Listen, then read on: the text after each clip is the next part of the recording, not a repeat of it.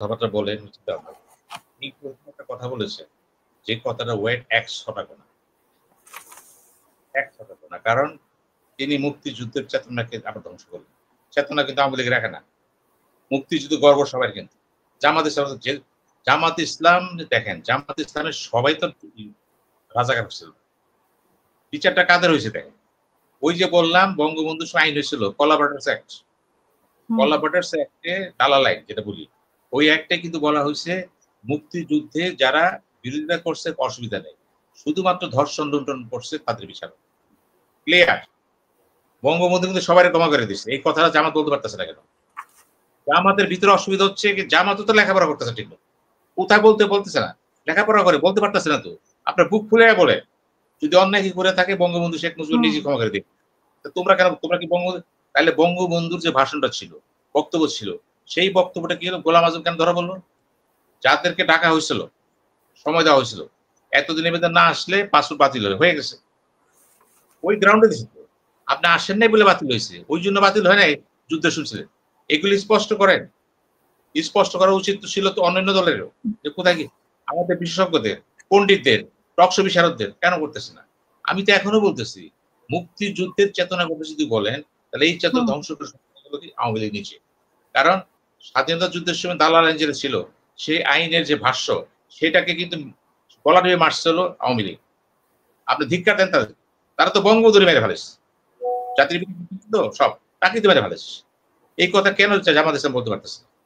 এখন কথায় আসে, দেশ যখন স্বাধীন হয়ে গেল, জামাত তো মেনে নিচ্ছে। জামাত কি বলছে মানলাম না? যুদ্ধের সময় পক্ষ বিপক্ষ থাকে, কিন্তু যুদ্ধ যখন হয়ে যায়, যখন সে ভোটাধিকার পেয়ে যায়, ভোট দিয়ে দেয়, তারা ভোট তাদের কাজ করছিল তো, তারা ভোট দিচ্ছে কোন দেশে? বাংলাদেশে। ৭৩ সালে ভোট দিছে, বাংলাদেশের নাগরিক হয়ে গেছে। নাগরিক যখন হয়ে গেলেন, বিরোধী প্রশ্ন আসে, ইউ অ্যাকসেপ্টেড বাংলাদেশ। যখন অ্যাকসেপ্ট করছেন, এরপরে যখন আমাদের ইসলাম কি দেখেন, এই ৫৩, ৫৪, ৫৫ বছর বয়সে যাদের বয়স, তারা যুদ্ধ দেখে, তারা ফ্রেশ বাংলাদেশি নাগরিক। এর থেকে রাজাকার বলবেন কেন? কোন গ্রাউন্ডে, কোন যুক্তিতে, কোন সাহসে বলবেন?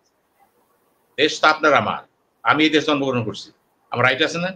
জন্মগত রাইট আমার, রাইটটা ধ্বংস করবেন, এটা বলতে হবে। কিন্তু সব দলকে বলতে হবে, জামাত একা বলবে কেন? সব ইসলামিক দলকে বলতে হবে। এটা আপনি খোঁচা দেওয়ার জন্য বলবেন কেন? যেগুলি ন্যায় আইনের ভিত্তিতে কথা বলেন। এখনকার জামাত কিন্তু একেবারে বলতে পারেন পরিশীলিত। আমি এদের অনেকেরই চিনি, আমার পরিচিত অনেকে আছেন এখানে, যারা যুদ্ধের করে, অথবা যুদ্ধের সময় বয়স ছিল আমাদের মতো বয়স ছিল। এখন কি হয়েছে? তাদের রাজাকার না। আমি দলটা রাজাকার? দল তো রাজাকার না। আপনি তো ক্ষমা করে দিচ্ছেন তাকে, কোন দলকে নিষিদ্ধ করেন রাজাকার হিসাবে। জিয়াউর রহমান আইসা রিজার্ভ করলো, কি রিজার্ভ করলো? কর্মকাণ্ড রিজার্ভ করে দিত। দেখেন, বরঞ্চ আওয়ামী লীগ নামটা চেঞ্জ করে ফেলবে বাক্সের।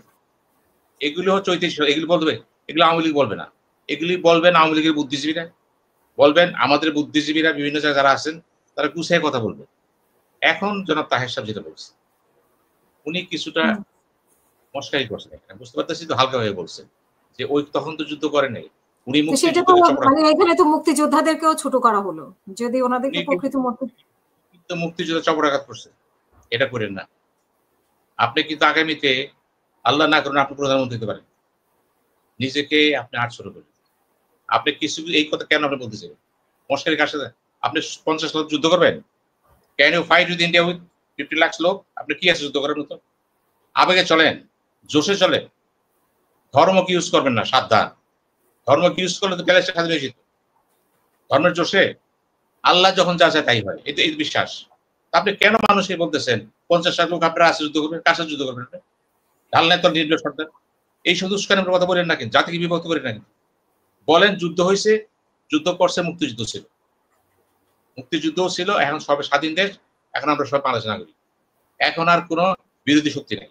আমার ভাষায় বাংলাদেশে মুক্তিযুদ্ধের বিরোধী শক্তি এখন নাই, সব পক্ষের শক্তি। এই কথাটা জোর করে বলে দেন। মানে এটা কি আসলে ওনাদের নিজেদের দুর্বলতা থেকে ওনারা এইসব কথা বলে কিনা, যে ওই জিনিসটা কাজ করে ওনাদের, যে আমাদেরকে এগুলো বলেছে? আপনি অপরাধী কেন ভাবেন? আপনি দেখেন ওই সময় সংগ্রাম পত্রিকা, গোলাম আজমের সাথে দেখা করলেন টিক্কা খানের সাথে, খেয়াল করবেন পাকিস্তান আর্মিদের সাথে দেখা করছেন সে, মাওলানা ফরিদ আহমেদ পিস পয়েন্টের সব প্রেসিডেন্ট কক্সবাজার লোক। আমি এগুলি বলতে চাই না, এগুলি সব ইতিহাস তো, এইগুলি বলার দরকার নাই। আপনারা এক কথাই বলে দেন ওই সময় যা কিছু হয়েছে আমরা পাকিস্তান চাইছি এবং শেখ মুজিবুর নিজেও চাইছে, কথা আর শুনতে পারেন না, উনিও চাইছে, উনি লাস্ট ডে চেষ্টা করছে পাকিস্তান এক রাখার জন্য, পাকিস্তানের প্রধানমন্ত্রী, সত্য, এই কথা সবাই জানে। তো আপনারাও বলেন আমরাও চেষ্টা করেছি, পারি, যেহেতু পারি নাই স্বাধীন হয়েছে নিয়ে নিলাম, কেউ আপনাদের খারাপ বলবেন না। যখন যুক্তি দিয়ে তর্ক দিয়া আপনি অবসর থাকার পেঁচাইবেন, এই শেষে ছিল ওই যুদ্ধ, যখন ওই যুদ্ধে চাইনিজ মন্ত্রীরা যায় না, কিন্তু মুজাফর সাহেব যায়, কি বলছে, 2 কুকুরের লড়াই, কুকুরটাকে রাশিয়া আমেরিকা ওরা যুদ্ধ করে নিয়েছে, যুদ্ধ করে নাই বইলা উনি কি, উনি যুদ্ধ করে নাই টিটকারি করছে, উনি কি, উনি তো মহারাজা করে যেতেছে, এটা তাই না। এই সমস্ত বক্তব্যগুলো জনাব তাহেরের প্রতি আমার অনুরোধ, আপনার মতন লোক, লেখাপড়া জানা লোক, দূরদর্শনের লোক, আমি আপনাকে কিন্তু আমার বড় ভাই লোক মারি, আপনাকে নিয়ে কিন্তু আমার স্বচ্ছ ধারণা আছে, আপনি হালকা কথা বলেন, বাহানা আপনি দেখেন না, আপনি যেখানে যা প্রয়োজন তাই বলেন, কর্মীদের পাশে কথা বলবেন। এখন কিন্তু কর্মীরা কিন্তু সে বোকা কর্মী না, প্রত্যেকটা কর্মী কিন্তু এরকম একটা সায়েন্স টেকনোলজি এআই এত আগাইছে যে আপনি তাহের সাহেব পিছিয়ে আছেন, মুহূর্তে কিন্তু আপনার কথা মুহূর্তে সব প্রমাণ করে ফেলবেন। ওই জন্যই বললাম বক্তব্য দিবেন 2025 সালের পৃথিবী, এই প্রজন্ম কি চায়, কি ভালোবাসে, কি বুঝে, আপনি যে কথা বলবেন মুহূর্তে তার মোবাইল নিয়ে টেস্ট করবেন কোথায় আছে কি নেই। আমাদের জন্য ছিল একটা রিসার্চ করতে গেলে আমাদের কত জায়গায় দিত, এখন কি বইবেন হয়ে যাবে। তো তাহের সাহেবকে বুঝতে হবে 2025 সালের পৃথিবী আর 2000 সালের পৃথিবী এক পৃথিবী।